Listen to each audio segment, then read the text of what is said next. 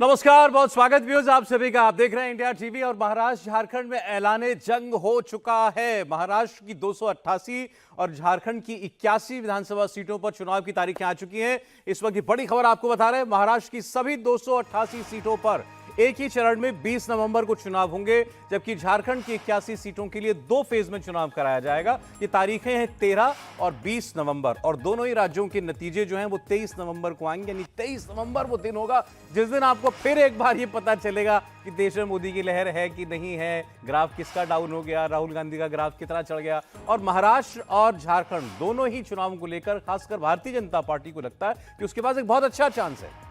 लेकिन जैसे ये इलेक्शन अनाउंस हुआ, देवेंद्र फडणवीस का सबसे पहला रिएक्शन आया। उन्होंने सोशल मीडिया साइट एक्स पर लिखा है शंखनाद, और उसके बाद अपना वीडियो डाला जिसके ऊपर एक जबरदस्त सा म्यूजिक लगा हुआ है और उसके बीच में उनकी तस्वीरें पब्लिक इंटरेक्शन करते हुए, जनसभाएं करते हुए, वो आप देख रहे हैं स्क्रीन पर इस वक्त। हम सुना सके एक बार जरा दिखाइएगा। ये देखिए, ये आरंभ लिख करके, शंखनाद आरंभ ये लिखा है देवेंद्र फडणवीस ने और इसको पोस्ट किया है। मतलब वो पूरी तरीके से तैयार हैं। अब देवेंद्र फडणवीस को लेकर के तो ये बातें भी तमाम लोग कर रहे हैं कि भाई वो अब उप मुख्यमंत्री होकर ही संतुष्ट हो गए हैं क्या।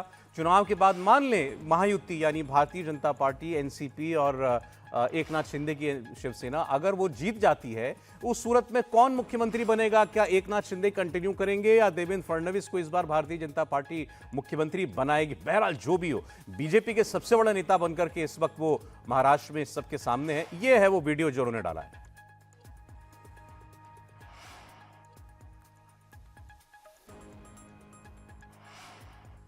तो ये वीडियो डाल रहे हैं देवेंद्र फडणवीस और लिख रहे हैं शंखनाद। जहां तक सवाल है दोनों खेमों में इस वक्त तैयारी कैसी है, तो महायुति और महाविकास आघाड़ी इनके बीच में टक्कर है। और महायुति के बीच में सीट शेयरिंग लगभग फाइनल बताई जा रही है। बीजेपी की अभी एक महाराष्ट्र कोर कमेटी की मीटिंग हुई दिल्ली के अंदर, इसमें अमित शाह भी थे। बात बताता हूं आपको, पहले वीडियो देखिए आप।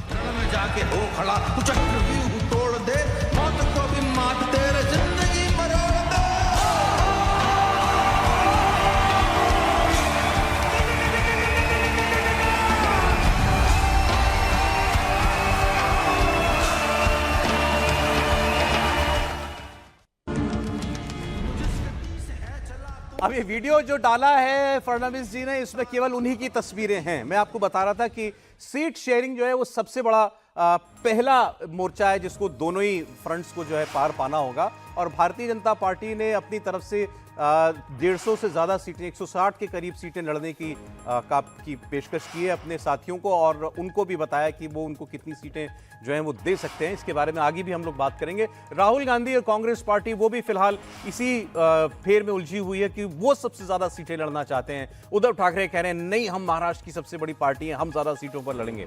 चुनाव के ऐलान पर शिवसेना उद्धव गुट के सांसद संजय राउत ने इन तारीखों के ऐलान को लेकर प्रधानमंत्री मोदी पर तंज कसा है। संजय राउत कह रहे हैं कि मोदी उस वक्त विदेश में नहीं रह पाएंगे, इसलिए एक फेज में ही चुनाव करा रहे हैं। मोदी जी उस वक्त विदेश में नहीं है तो सिंगल फेज में कर लिया। महाराष्ट्र बड़ा स्टेट है, 288 विधानसभा क्षेत्र है, और इंतज़ार था कब डेट करेंगे या चुनाव करेंगे, चुनाव नहीं करेंगे, कुछ भी कर सकते हैं। तो चुनाव की घोषणा हुई है तो अभी हम सब लोग तैयारी में लगे हैं। हम चुनाव आयोग से इतनी अपेक्षा करते हैं कि आप इस राज्य का चुनाव हरियाणा जैसा मत करिए। हरियाणा में जो हुआ है पूरी देश की जनता देख रही है। चुनाव आयोग अपने आप को अगर निष्पक्ष मानती है, अपने आप को मानती है, हम नहीं मानते, तो आपको ये करना पड़ेगा। तो देखिए, संजय राउत ने हरियाणा की बात छेड़ दी है। वो कह रहे हैं हरियाणा जैसा मत कीजिएगा महाराष्ट्र के अंदर, और वो चुनाव आयोग को कह रहे हैं हम निष्पक्ष नहीं मानते आप, लेकिन अपनी इमेज को लेकर के अगर थोड़े से भी गंभीर हैं तो आप ऐसा कुछ मत कीजिएगा। हमारे दो साथी जुड़ गए हमारे साथ। देवेंद्र पराशर हमारे पॉलिटिकल एडिटर हमारे साथ हैं, और राजेश कुमार मुंबई से जुड़ रहे हैं। देवेंद्र, पहले तो अब तारीखों को लेकर ही अलग अलग किस्म की बातें की जा रही हैं। कोई विदेश में प्रधानमंत्री नहीं है तो सिंगल फेज में इलेक्शन करा दिया, और हरियाणा को लेकर के अभी भी जो विपक्ष है उसके सवाल कायम हैं, और वो कह रहे हैं महाराष्ट्र में हरियाणा मत कर दीजिएगा।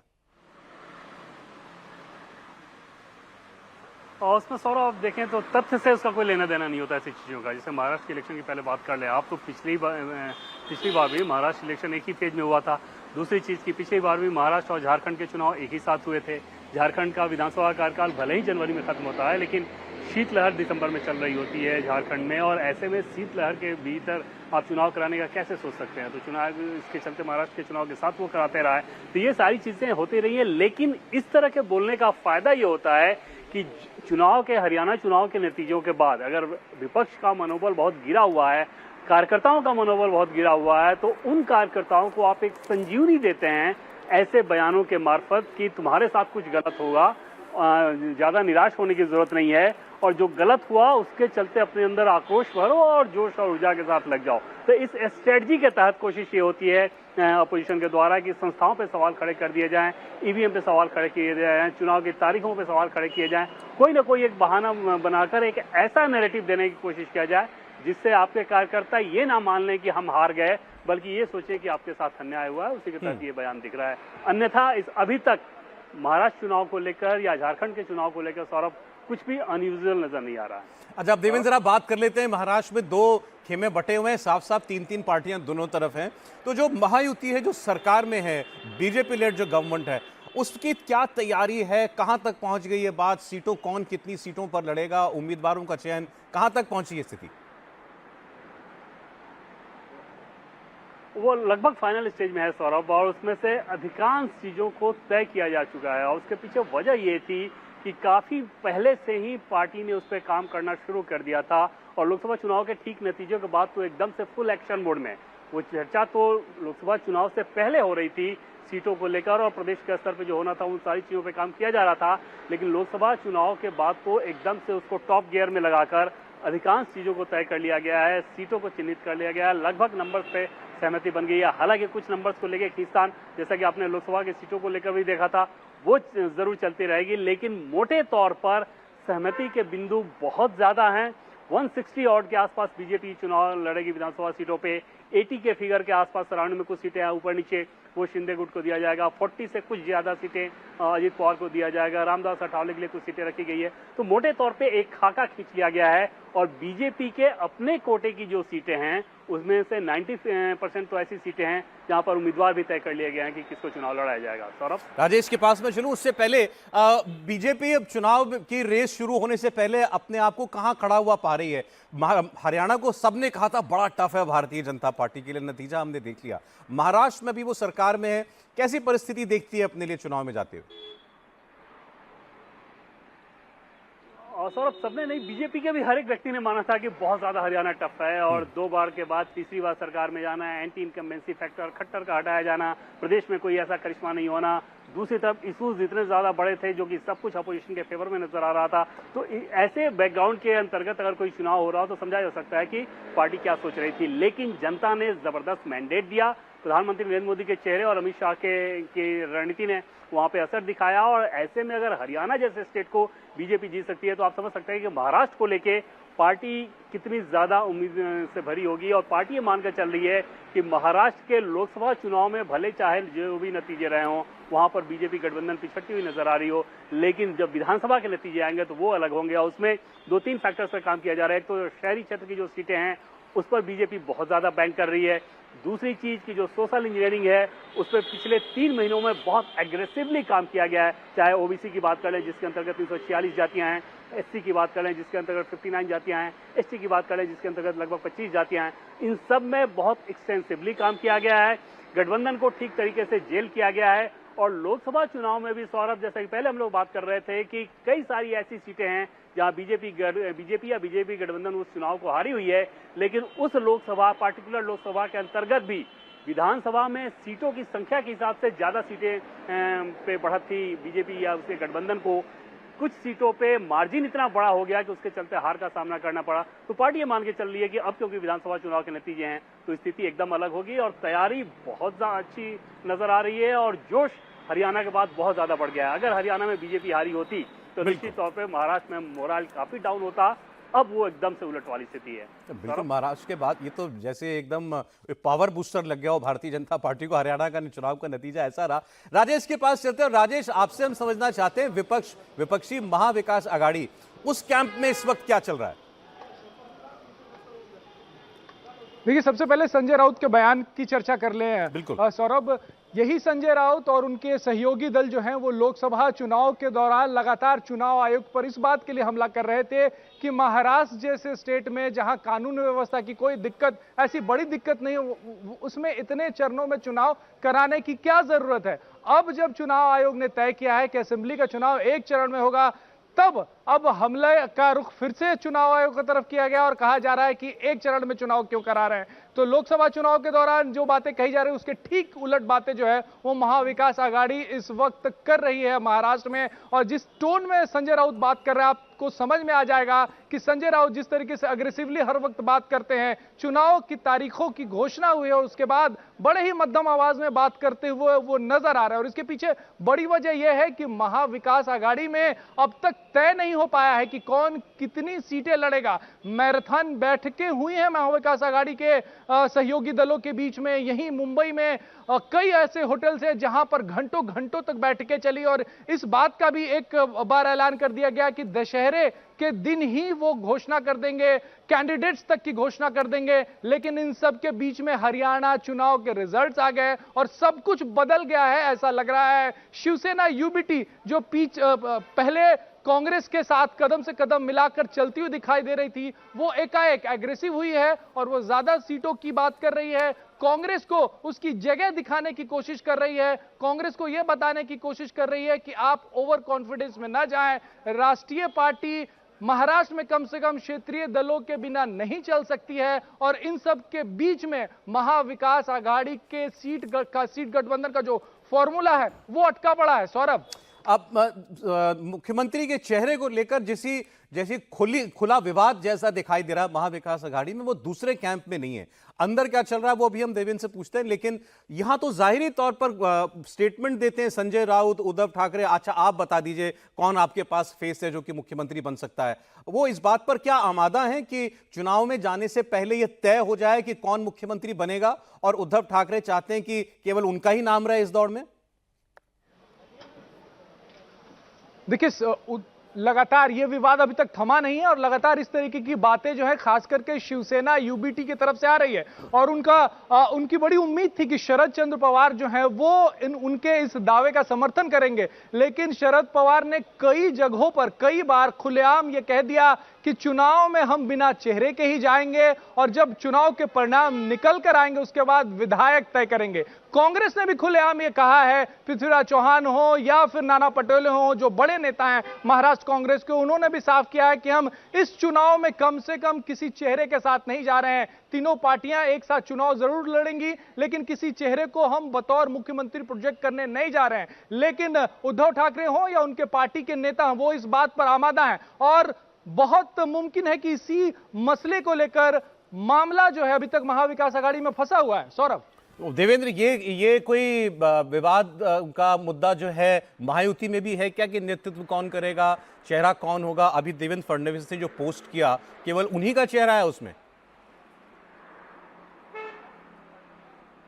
अभी ये टेबल पे नहीं है सौरभ, टेबल के पीछे है। टेबल पे सिर्फ ये है कि क्योंकि मुख्यमंत्री हैं शिंदे, तो उनके नेतृत्व में ही गठबंधन चुनाव में जा रही है। चुनाव के नतीजों के बाद नंबर्स तय करेंगे कि फिर आगे का फैसला क्या होगा।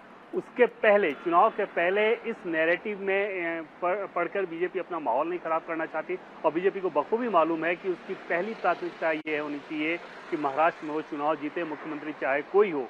और एक बार जब चुनाव नतीजे आ जाते हैं तो फिर बीजेपी सोच सकती है कि इसमें क्या कुछ किया जाना है। देवेंद्र फडणवीस को लेकर देखें तो स्वाभाविक तौर पे उनकी अपनी महत्वाकांक्षाएं बहुत ज्यादा रहती हैं, काबिल व्यक्ति हैं, काबिल नेता हैं, महाराष्ट्र की पॉलिटिक्स को बखूबी जानते हैं, लेकिन कास्ट उनके साथ नहीं है। और ऐसे कंडीशन में समझा जा सकता है कि आगे की भी जो उनकी राह होगी वो उनके अपने लिए बहुत मुश्किल भरी राह होगी। और उसमें फिलहाल तो कम से कम मुझे दिल्ली में ये नहीं समझ में आता कि किसी स्कीम ऑफ थिंग्स में उनके बारे में सोचा जा रहा हो कि हाँ उनको कुछ मुख्यमंत्री बना दिया जाएगा। तो कुल मिलाकर अभी बीजेपी के टॉप लीडरशिप की या महाराष्ट्र के यूनिट की की सिर्फ यही प्राथमिकता नजर आ रही है कि इन चुनाव में बेहतर प्रदर्शन करके सरकार बनाई जाए। उसके बाद फिर आगे देखा जाएगा कि नंबर्स किसके कितने आ रहे हैं, फिर मुख्यमंत्री के हिसाब से फैसला हो सकता है। वो कोई इशू अभी नजर नहीं आ रहा। सौरभ, ठीक। अच्छा, और रिएक्शन आया हमारी सहयोगी, एक तो विजय लक्ष्मी भी जुड़ गई, वो आपको कांग्रेस के अंदर क्या चल रहा है बताएंगे, लेकिन कांग्रेस के नेता विजय वडेट्टीवार ने अभी रिएक्ट किया है इन चुनाव की तिथियों की घोषणा पर, देख लीजिए। 7 नेता प्रतिपक्ष विजय वडेट्टीवार हैं कांग्रेस के। अब 20 और 23 तारीख मिल चुकी है, मतदान होना है 20 को, 23 को उसकी गिनती होनी है। कांग्रेस तैयार है क्या? किस तरह की तैयारियां आपने कर रखी हैं? कांग्रेस पूरी तरह से तैयार है। सीट शेयरिंग को लेकर हमारे महाविकास आघाड़ी में एक अच्छा कोऑर्डिनेशन हमने देखा है और करीबन 222 सीटों का बंटवारा भी हो चुका है। बाकी बचे सीट 1-2 दिन में हम लोग कर लेंगे। हम तैयार है और महाराष्ट्र की जनता भी हमें तैयार दिखी है। जनता ने निर्णय लिया है कि इस बार महायुति के भ्रष्ट महायुति को सत्ता से बाहर निकालने का निर्णय जनता ने लिया है। हम लोग पूरी तरह से तैयारी कर चुके हैं।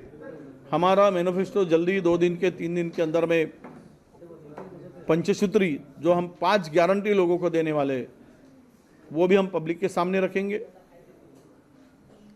और एक साथ महाविकास आघाड़ी की मीटिंग कहाँ होगी, पब्लिक मीटिंग कहाँ होगी, इस बारे में भी हमारा डिस्कशन हुआ है। और करीबन महाराष्ट्र में एक 20 सभाएं महायुति महाआघाड़ी सरकार की संयुक्त सभाएं होगी। राहुल जी की भी सभाएं हमने बहुत ज़्यादा सभाएं देने की विनंती रिक्वेस्ट राहुल जी से की है, प्रियंका जी से भी किया है। हमारे माननीय मल्लिकार्जुन खड़गे साहब जो हमारे नेशनल प्रेसिडेंट हैं उनसे भी हमने बात की। और मुझे लगता है कि ये तीनों नेताओं के करीबन 30 सभाएं महाराष्ट्र में होने की हमारे वरिष्ठ नेता में चर्चा है। इतनी बड़ी प्लानिंग आप कर रहे हैं, इसके अलावा लेकिन हम देख रहे हैं कि महायुति सरकार ने अभी आचार संहिता लगने के पहले तक राष्ट्र की कैबिनेट में इतने सारे निर्णय लिए, इतने सारे महामंडल हैं। लाडली बहना योजना तो है ही है, इसके अलावा कई योजनाओं को उन्होंने शुरुआत कर दी, कई GR उन्होंने निकाले हुए हैं। सरकार ने अपनी ओर से पूरी तैयारी कर ली है। ऐसे दिखता है कि लोगों तक पहुंचने के लिए, हर उस आदमी की तक पहुंचने की उन्होंने कोशिश कर ली है। लगता है कि महायुति की तैयारी आप लोग से ज़्यादा जोर शोर से शुरू है। देखिए, ये कहावत ऐसी है, जिंदा है तब बाप को खाना खिलाया नहीं, मरने के बाद लोगों को बुलाकर लड्डू का खाना खिलाया। जब जनता परेशान थी महाराष्ट्र में तब इन्होंने निर्णय नहीं लिया, मगर इलेक्शन नजदीक आने के बाद अब ये 2 दिन के लिए लड्डू परस रहे। तो लोगों को समझता है जितने भी महामंडल या मंडल इन्होंने निर्माण किया है, फडणवीस के काल में जितने मंडल निर्माण हुए थे उसके ऊपर एक भी मंडल चला नहीं जो जात के लिए, कास्ट के लिए निकाला था। उसके ऊपर 5 रुपए की भी तरतूद नहीं की गई। विजय वडेट्टीवार साहब बता रहे थे हम कैसी कैसी सभाएं करेंगे और महाविकास आघाड़ी की ज्वाइंट रैलियां कराएंगे। विजय लक्ष्मी जुड़ गए हमारे साथ। विजय, हरियाणा की हार के बाद कांग्रेस पार्टी में महाराष्ट्र को लेकर क्या मूड है? देखिए सौरभ, कांग्रेस हरियाणा की हार के बाद एक बड़ा फैक्ट जो है वो ये है कि कांग्रेस की बार्गेनिंग पावर अब कम हो गई है। अब तमाम जो दोनों स्टेट्स, झारखंड में भी कांग्रेस एक अलायंस में है और महाराष्ट्र में भी कांग्रेस एक अलायंस में वहां पर लड़ रही है। तो जितनी सीटें कांग्रेस पार्टी महाराष्ट्र में चाहती है, 110 से 120 के बीच कुछ सीटें उनको मिलनी चाहिए, उनको ऐसा लगता है। हालांकि हरियाणा चुनाव से पहले वो बिल्कुल श्योर थे। कांग्रेस ने 3 सर्वेज सौरभ हरियाणा में करवाए हैं। एक AICC दिल्ली की जो केंद्रीय टीम है उसका सर्वे है, कैंडिडेट्स के हिसाब से ये सर्वे हर सीट पे कराया गया है। दूसरा सर्वे प्रदेश अध्यक्ष द्वारा करवाया गया है और तीसरा अध्यक्ष जो सर्वे है वो कांग्रेस लेजिस्लेचर पार्टी के जो नेता हैं उनकी तरफ से कराया गया है। तो ये 3 सर्वेज हैं, इसके आधार पर टिकटों का बंटवारा कांग्रेस की तरफ से किया जाएगा। अब 110 से 120 की सीटें हरियाणा से पहले कांग्रेस मानकर चल रही थी, लेकिन अब हालात बदल गए हैं। अब महाविकास आघाड़ी में कांग्रेस पार्टी की स्थिति जो है वो थोड़ी कमजोर हुई है। यही हाल हाल झारखंड में भी है। 31 के करीब सीटें कांग्रेस पार्टी मांग रही थी, लेकिन वहां पर सूत्रों से आ रहा है कि 25 से ज्यादा सीटें देने के मूड में हेमंत सोरेन वहां पर नहीं है। महाराष्ट्र में भी कुछ ऐसा ही है, तो अब देखना होगा कि कितनी सीटें कांग्रेस के खाते में वहां पर आएंगी। लेकिन मोटा मोटी महाविकास अघाड़ी को लगता है कि एक तो सिंपैथी फैक्टर, जिस तरह से ट्रीटमेंट वहां पर उद्धव ठाकरे का हुआ, एकनाथ शिंदे ने जिस तरह से बैक स्टैबिंग कर करके एक सरकार वहां पर बनाई, ऐसा एक मोटा मोटी सेंस, एक परसेप्शन है कि उसका एक सिंपैथी फैक्टर वहां पर मोटा मोटी काम करेगा। इसके अलावा लॉ एंड ऑर्डर का एक बड़ा इशू, क्योंकि अभी बाबा सिद्दीकी का जिस तरीके से मर्डर हुआ, ये एक लॉ एंड ऑर्डर का इशू है। ये दो मोटे मोटे इश्यूज हैं जिन पर कांग्रेस का कैंपेन वहां पर जो है महाराष्ट्र में आपको नजर आएगा। जहां तक बात है झारखंड की, तो वहां पर कांग्रेस पार्टी मैया सम्मान योजना और जो पॉपुलर स्कीम्स हैं झारखंड सरकार की, उनको कहीं ना कहीं जो अलायंस हैं वो आगे प्रमोट करते हुए कैंपेनिंग में नजर आएंगे। अच्छा, अमेठी से कांग्रेस के सांसद हैं केएल शर्मा, विजय लक्ष्मी ने उनसे बात की है। एक बार आपको दिखाते हैं कांग्रेस की यूपी में, क्योंकि बाई इलेक्शन होने हैं, 9 सीटों पर अब चुनाव होंगे, उसको लेकर क्या कहना है उनका। हमारे साथ अमेठी से कांग्रेस सांसद केएल शर्मा जी हैं, उनसे बातचीत करेंगे। आज चुनाव आयोग ने 2 राज्यों में चुनावों की जो तारीख है उसकी घोषणा कर दी है। कितनी तैयार सर कांग्रेस पार्टी महाराष्ट्र और झारखंड में? देखिए, अगर चारों स्टेट का इकट्ठा भी कराते तब भी पार्टी तैयार थी, अब भी पार्टी तैयार है। तो पार्टी को ये एक दिन नहीं होता कि इलेक्शन का डेट अनाउंस होगी तो तैयार होती है। जिन स्टेटों में इलेक्शन होता है पार्टी पहले से वहाँ मेहनत करना शुरू कर देती है। तो हम लोग पूर्ण रूप से तैयार हैं, चाहे झारखंड हो, चाहे महाराष्ट्र हो, या जिन स्टेटों में बाई इलेक्शन होगा वहाँ भी। 10 उपचुनाव 10 सीटों पर भी होना है, उनका भी ऐलान आज इलेक्शन कमीशन की तरफ से किया गया था। समाजवादी पार्टी के साथ अलायंस में आप वहां चुनाव लड़ेंगे, तो क्या सीटों का तय हो गया है या अभी? ये नहीं, अब 10 नहीं 9 रहेगी शायद, एक मिलकर पूरे नहीं किया। तो क्योंकि अलायंस का जो निर्णय है ये हमारी जो कोऑर्डिनेशन कमेटी है वो निर्णय करती है। अभी कोऑर्डिनेशन कमेटी जो निर्णय करेगी अलायंस का स्वरूप क्या होगा, उसी के बाद फिर हम लोग वहाँ पे उस पे अनुसार हम लोग चुनाव लड़ेंगे। सर, क्योंकि हरियाणा में जिस तरह से कांग्रेस पार्टी उम्मीद कर रही थी नतीजे वैसे नहीं आए, तो बार्गेनिंग पावर कांग्रेस की अब क्या कम हो गई है?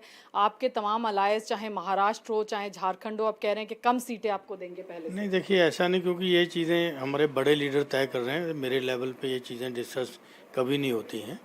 तो ये हमारी सीनियर लीडरशिप बैठी है, इसको लेकर कल मीटिंग्स भी हैं इनको लेके। अभी राहुल जी ने मीटिंग महाराष्ट्र की किया, तो ये सही सीनियर लीडर तय करेंगे, ये मेरे लेवल पे नई चीज़ें। ईवीएम को लेकर हरियाणा में काफ़ी कांग्रेस पार्टी ने सवाल उठाए। अब आज इलेक्शन कमीशन ने तमाम आपके आरोपों को खारिज कर दिया। अभी भी आप लोगों के जो सवालिया निशान थे ईवीएम पर बरकरार हैं या संतुष्ट हैं? नहीं, देखिए मैं ये कह रहा हूँ कि जो रिप्लाई किया उन्होंने, आप ही लोग बता रहे हैं कि ये होता है, ऐसा तो होता है, तो फिर सब जगह एक बराबर होना चाहिए ना, कि 2-4% का ऊपर नीचे हो सकता है। लेकिन एक जगह मशीन यूज़ हो रही है, ईवीएम यूज़ हो रही है, वहाँ की बैटरी 99 पे स्टैंड कर रही है, और एक जगह बाकी बूथों पे ये स्थिति नहीं है। तो कुछ लॉजिक तो होना चाहिए ना बात के अंदर। क्योंकि मैं भी ईवीएम जब से स्टार्ट हुई है, मैं तो बैलेट पेपर के ज़माने का आदमी हूँ, तो हम लोगों तो उस समय भी देखा है। तो ईवीएम के ऊपर क्योंकि हमेशा लोगों को डाउट रहता है, तो अगर हरियाणा के जो हमारे नेताओं की बात छोड़ दीजिए, हमारे हरियाणा के लोग ये कह रहे हैं कि हमारा जो हमने वोट किया वो ये नहीं किया जो रिजल्ट आया। ठीक है, आप लोग भी सब घूमे, आप लोगों ने भी अपने सर्वेस दिए हैं, आपने तो लोगों से बात करके दिया होगा, ऐसा तो है नहीं कि हवा में दिया होगा। तो जो जन भावना के खिलाफ जब निर्णय आता है तो निश्चित रूप से डाउट्स होते हैं।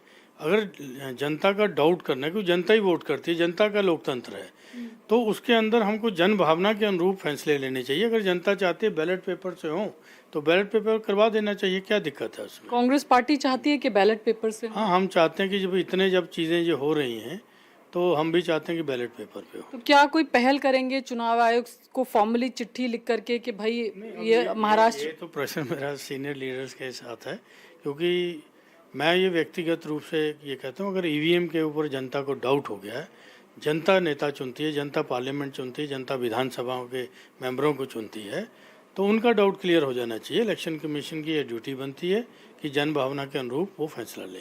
बहुत बहुत शुक्रिया। तो केएल शर्मा साहब कह रहे हैं कि जनता को अगर डाउट है तो क्लियर करने की जिम्मेदारी इलेक्शन कमीशन की है। कैमरामैन मनोज के साथ लक्ष्मी, इंडिया टीवी, दिल्ली।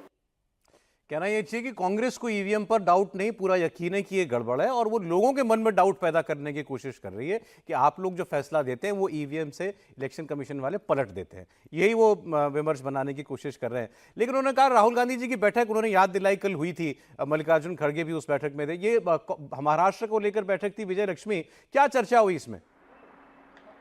एक तो राहुल गांधी का क्लियर संदेश सौरभ तमाम नेताओं को ये था कि ओवर कॉन्फिडेंस में मत रहिए, क्योंकि कांग्रेस को मोटा मोटी ईवीएम पर तो कांग्रेस पार्टी जो ठीकरा फोड़ रही है सो फोड़ ही रही है, लेकिन कांग्रेस पार्टी को लगता है कि ओवर कॉन्फिडेंस थे और इन फाइटिंग भी वहाँ पर कांग्रेस पार्टी को जो है भारी पड़ी। और नेताओं ने, राहुल गांधी ने टिप्पणी भी की थी जब हरियाणा की बैठक हुई थी कि नेताओं ने अपने निजी इंटरेस्ट को, निजी स्वार्थों को पार्टी के स्वार्थ से, पार्टी के जो वेलफेयर है उससे ऊपर रखा। तो कहीं ना कहीं मोटा मोटी सीट शेयरिंग से लेकर के तमाम चीज़ों पर चर्चा हुई, लेकिन राहुल गांधी का क्लियर कट संदेश लीडरशिप को यही था कि ओवर कॉन्फिडेंस में ना रहें, ज़मीन पर जाकर के काम करें। काफ़ी लंबी बैठक वो हुई और उसके बाद ही कांग्रेस पार्टी की आगे की रणनीति कैसी होगी। अब स्क्रीनिंग कमेटी की बैठक, हमें बताया जा रहा है कि शायद कल हो सकती है स्क्रीनिंग कमेटी की बैठक, उसमें कैंडिडेट्स को लेकर के और ये तमाम चीज़ों को लेकर के चर्चा होगी। अब देखना होगा कि कितनी सीटें महाविकास अघाड़ी में कांग्रेस पार्टी के खाते में आती हैं, क्योंकि पिछली बार सिर्फ 2 अलायंस पार्टनर्स थे, 148 के करीब सीटें कांग्रेस पार्टी को मिली थी। अब लेकिन क्योंकि इस बार 3 अलाय पार्टनर्स हैं।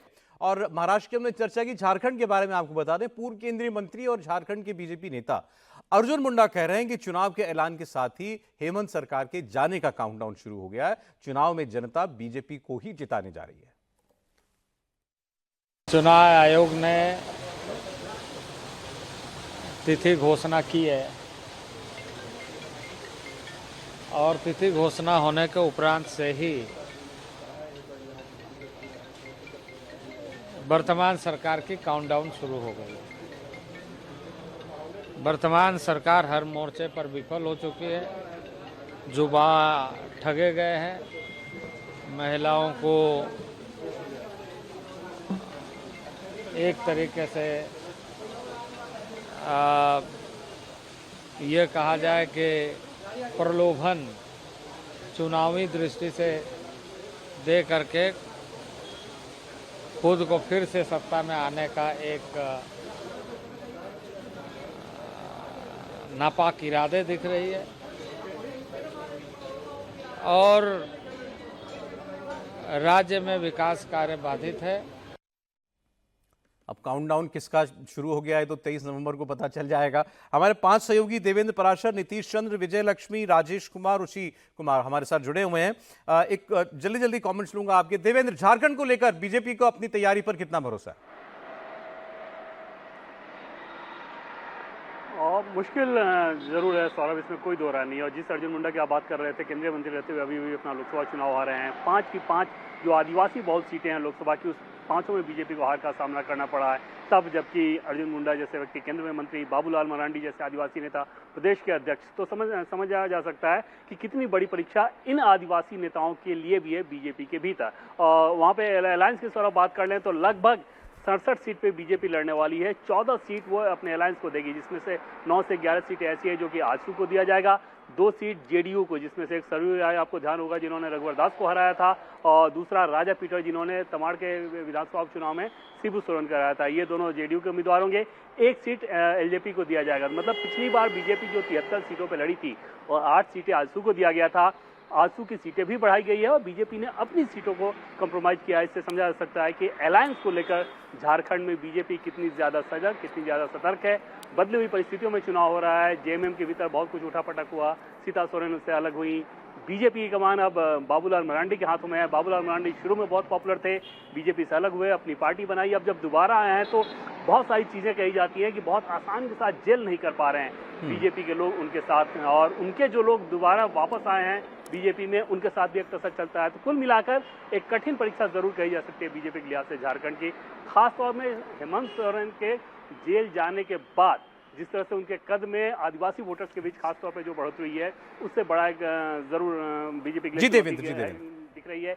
लेकिन चंपई सोरेन का जाना सौरभ बहुत महत्वपूर्ण इस लिहाज से होगा कि जमशेदपुर में 14 सीटों में से 11 जेएमएम जीती थी, इस बार बीजेपी को उम्मीदें रहेगी। नीतीश, ये तो बीजेपी खेमे की बात उन्होंने बताई देवेंद्र ने। दूसरी ओर जेएमएम कांग्रेस पार्टी, उनको अब ये चुनाव जो है कितना उनको कितना कॉन्फिडेंस है आने वाले मतदान में? देखिए, महागठबंधन को भी भरोसा है कि एक बार फिर उनकी जो सरकार बनेगी और इसको लेकर उन्होंने कोशिशें पहले भी कर दी थी। मैया सम्मान योजना से बड़ी उम्मीदें हैं। जिस तरह से दिल्ली में केजरीवाल की सरकार ने महिलाओं के लिए मुफ्त दिया, उसका फायदा भी हुआ। मध्य प्रदेश की बात कर लें, लाडली योजना की, मैया सम्मान योजना के तहत 1000 रुपये देने की घोषणा की गई और बीजेपी इससे परेशान भी हुई। घोषणा पत्र में ये कहा गया, जो बीजेपी की तरफ से बातें कही गई उसमें ये कहा गया कि हम 2100 रुपये देंगे, और जब 2100 की बात बीजेपी ने कही तो कल ही कैबिनेट की बैठक हेमंत सोरेन ने बुलाई और 2500 रुपये देने की घोषणा कर दी। तो आप समझ सकते हैं कि जेएमएम ने भी इसको लेकर चुनाव को ध्यान में रखते हुए बड़ी तैयारियां की हैं और महिलाओं का जो वोट है काफ़ी अहम है, उसको अपने साथ जोड़ने की कोशिश की जा रही है। खासतौर से जो आदिवासी वोटर हैं उसको लेकर बड़ी उम्मीद है और आदिवासी वोटरों से जुड़ी जो सियासत है झारखंड में पिछले 5 सालों में, उसमें काफ़ी तब्दीली हुई है। जिस तरह से चंपई सोरेन ने साथ छोड़ दिया या सीता सोरेन परिवार में बगावत कर गई, लेकिन बाबूलाल मरांडी इनके साथ आ गए। तो अब ये देखना है कि आखिर आदिवासी वोटरों का जो असली नेता है वो कौन है और शिबू सोरेन का जो एक राजनीतिक वारिस है वो सही में कौन है, ये इस बात की परीक्षा होगी इस चुनाव में। अच्छा, यूपी के उपचुनाव की हम लोगों ने इतनी चर्चा की है पिछले दिनों में, आज आखिरकार डेट्स अनाउंस हो गई, लेकिन उसमें भी जो सबसे ज्यादा अहम सीट है मिल्कीपुर, जो प्रतिष्ठा का सवाल है दोनों पक्षों के लिए, अयोध्या की मिल्कीपुर सीट, वहां चुनाव नहीं होगा। तो रुचि बता दें कि वहां चुनाव क्यों नहीं हो रहा है और कहां अभी इन बाकी 9 सीटों की तैयारियों में कौन सी पार्टी कहां खड़ी दिखती है? 2022 का जो विधानसभा चुनाव हुआ था उसमें मिल्कीपुर में जो नतीजे आए थे, तो बीजेपी के जो उम्मीदवार थे बाबा गोरखनाथ, उन्होंने हाईकोर्ट में पिटीशन कर रखी है चुनाव नतीजों के खिलाफ। तो अभी उस पर फैसला नहीं आया है, इसलिए आज मिल्कीपुर सीट पर उपचुनाव की तारीखों का ऐलान नहीं किया गया है। बाकी जो सीट्स हैं, बाकी क्या सभी 10 सीट्स पर बीजेपी ने ज़बरदस्त तैयारियां सौरभ कर रखी हैं। जब से लोकसभा चुनाव के नतीजे आए हैं, बीजेपी में मीटिंग्स का दौर जारी है। मुख्यमंत्री योगी आदित्यनाथ खुद जो अयोध्या की मिल्कीपुर और अम्बेडकर नगर की कठेरी सीट है उसकी जिम्मेदारी उन्होंने संभाल रखी है। दोनों उप मुख्यमंत्री ब्रिजेश पाठक, केशव मौर्य को 2-2 सीट दी गई हैं, जिम्मेदारी दी गई। 30 मंत्रियों की टीम लगाई गई है और सिर्फ यही नहीं, इन सभी 10 सीट्स पर मुख्यमंत्री योगी आदित्यनाथ खुद जा चुके हैं। यहाँ मिल्कीपुर में तो करीब 4 से 5 वो रैलीज कर चुके हैं, 1000 करोड़ रुपए की योजनाओं का वहाँ ऐलान कर चुके हैं। और मिल्कीपुर समेत जो ये 9 सीट जहाँ पे चुनाव होना है, रोजगार मेले सरकार की तरफ से लगाए जा चुके हैं। तो बीजेपी की ज़बरदस्त तैयारी है। हालांकि अभी उम्मीदवारों का ऐलान नहीं हुआ है, क्योंकि जो सहयोगी दल हैं उनको कितनी सीट दी जानी है, इस पर अभी बीजेपी में मंथन जारी है कि बीजेपी के कमल के निशान पे सब चुनाव लड़ेंगे, एक आरएलडी को सीट दी जाएगी, इस तरह की बात की जा रही है। उधर अगर आप इंडिया अलायंस की बात करेंगे तो समाजवादी पार्टी और कांग्रेस के बीच किस तरह का गठबंधन होगा, इस पर अभी कोई फैसला नहीं हो पाया है। कांग्रेस 5 सीटें मांग रही थी, लेकिन समाजवादी पार्टी ने, अखिलेश यादव ने 6 सीट्स पर अपने कैंडिडेट्स घोषित कर दिए हैं। तो वहां पर बातचीत अभी नहीं हुई है। बीएसपी ने कहा है कि हम सभी 10 सीट्स में चुनाव लड़ेंगे। तो मुकाबला रोचक होने वाला है, उपचुनाव है, लेकिन ऐसा लग रहा है कि 2027 के विधानसभा चुनाव आ गए हैं। इस तरह की तैयारियां सत्ता पक्ष की भी हैं और विपक्ष की भी हैं। सौरभ, आमतौर पे हम लोग देखते हैं कि जो बाई इलेक्शन होता है, जिसकी सरकार होती है वो जीत जाती है, लेकिन लोकसभा चुनाव के नतीजों के बाद बीजेपी ने पूरी ताकत लगाई है कि इन सीट्स में ज़्यादा से ज़्यादा सीट्स बीजेपी जीत जाए। पिछले 2022 में 10 सीट्स में से 5 समाजवादी पार्टी के पास थी और 3 बीजेपी के पास थी, एक आरएलडी और एक निषाद पार्टी। तो बीजेपी चाह रही है कि अपना स्कोर इसमें ज़्यादा से ज़्यादा करे और जो लोकसभा चुनाव में नुकसान हुआ था उसकी कुछ भरपाई हो पाए, कार्यकर्ताओं में एक तरह का जोश आए। जी सौरभ, अभी आपने लेकिन जो दूसरे कैंप की बात बताई कि अखिलेश यादव ने 6 सीटों पर कैंडिडेट अनाउंस कर दिए, रुचि, कांग्रेस को बुरा, माफ कीजिएगा विजय लक्ष्मी, कांग्रेस को बुरा तो लगा होगा? देखिए सौरभ, कांग्रेस का कहना है कि 4 सीटों पर उनकी बातचीत जो है वो चल रही है अखिलेश यादव के साथ, और उनको उम्मीद है कि अखिलेश यादव कांग्रेस पार्टी को अकोमोडेट वहाँ पर करेंगे उन 4 सीटों में, और वो 4 सीटें इसीलिए उन्होंने अनाउंस नहीं की हैं। अब देखना होगा कि वाकई में अखिलेश यादव उन 4 सीटों पर कांग्रेस को अकोमोडेट करेंगे या उसमें से भी, क्योंकि 5 सीटों की मांग कांग्रेस पार्टी शुरू से कर रही थी, लेकिन समाजवादी पार्टी की तरफ से बार बार कहा जा रहा था, और खासतौर से हरियाणा की हार के बाद तो और समाजवादी पार्टी के नेता कांग्रेस पार्टी को बताने लगे थे कि उनको अहंकार अपना थोड़ा कम करना चाहिए। तो अब देखना होगा ये बची हुई 4 सीटों में क्या समाजवादी पार्टी कांग्रेस को चारों देगी या उसमें से भी सीटें कम करके उनके खाते में आएंगी। बहुत शुक्रिया देवेंद्र पराशर, नीतीश चंद्र, विजय लक्ष्मी, हमारे साथ रही राजेश कुमार और रुचि जी, बहुत धन्यवाद आपका। आपने यूपी, महाराष्ट्र, झारखंड तीनों जगह के इलेक्शन दर्शकों को समझा दिए 1 घंटे में। बहुत धन्यवाद।